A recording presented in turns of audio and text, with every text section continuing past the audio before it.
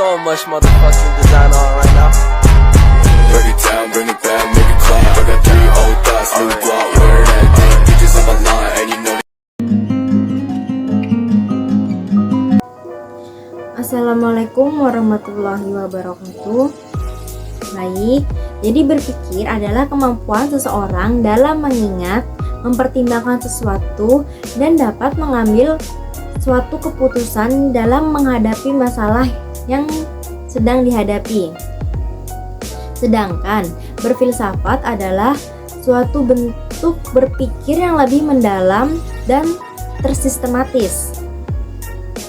Jadi, tidak semua orang yang berpikir dapat dikatakan berfilsafat, karena tidak semua orang yang berpikir terlibat dalam proses filosofis secara sistematis. Sedangkan dalam berfilsafat sendiri memerlukan disposisi berpikir tentang suatu permasalahan filosofis dan mengikuti metode khas filsafat itu sendiri.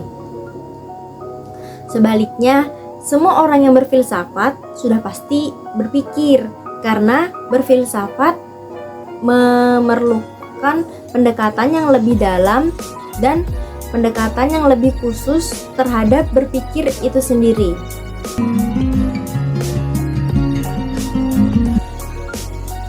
Sejarah filsafat adalah studi tentang perjalanan pemikiran manusia dalam periode tertentu dalam memahami kehidupan, dunia, nilai-nilai, dan eksistensi. Dalam perkembangannya, filsafat berkembang melalui beberapa zaman, yaitu zaman Yunani kuno, zaman kegelapan, zaman pencerahan, zaman awal modern dan modern, zaman postmodern, dan hingga saat ini. Pemikir utama dalam sejarah filsafat diantaranya yaitu Thales. Thales adalah filsuf pertama yang menjelaskan tentang dunia alam dengan elemen dasar seperti air. Yang kedua yaitu Aristoteles. Ia memberikan 2 macam definisi tentang filosofia. Aristoteles juga mengembangkan ilmu dalam logika, politik, metafisika, psikologi, dan negara. Yang ketiga yaitu Plato. Filsafat Plato dikenal sebagai idealisme dalam pengajarannya, bahwasanya kenyataan adalah proyeksi atau bayang-bayang dari ide itu sendiri. Yang terakhir yaitu Socrates. Menurut pemahaman Socrates, filsafat adalah suatu peninjauan diri yang bersifat reflektif atau biasa disebut principle of the just and happy life. Mengapa pendidikan membutuhkan filsafat? Jadi, pendidikan membutuhkan filsafat karena dalam dunia pendidikan sendiri terdapat masalah-masalah yang tidak dapat dijangkau oleh sains pendidikan. Filsafat memberikan dasar teoritis dan konseptual yang lebih mendalam untuk pendidikan. Kemudian, filsafat juga membantu kita merumuskan visi yang lebih baik dalam dunia pendidikan. Kemudian, menjelaskan mengapa kita melakukan apa yang kita lakukan dalam dunia pendidikan.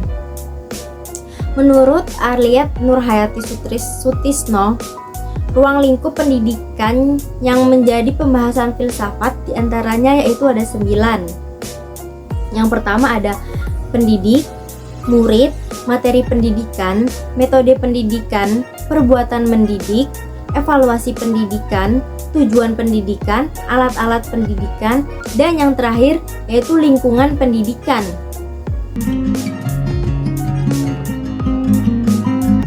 Jadi, manfaat filsafat bagi guru PAI adalah mengembangkan kemampuan berpikir yang tersistematis dan logis yang dapat diterapkan dalam pengajaran agama.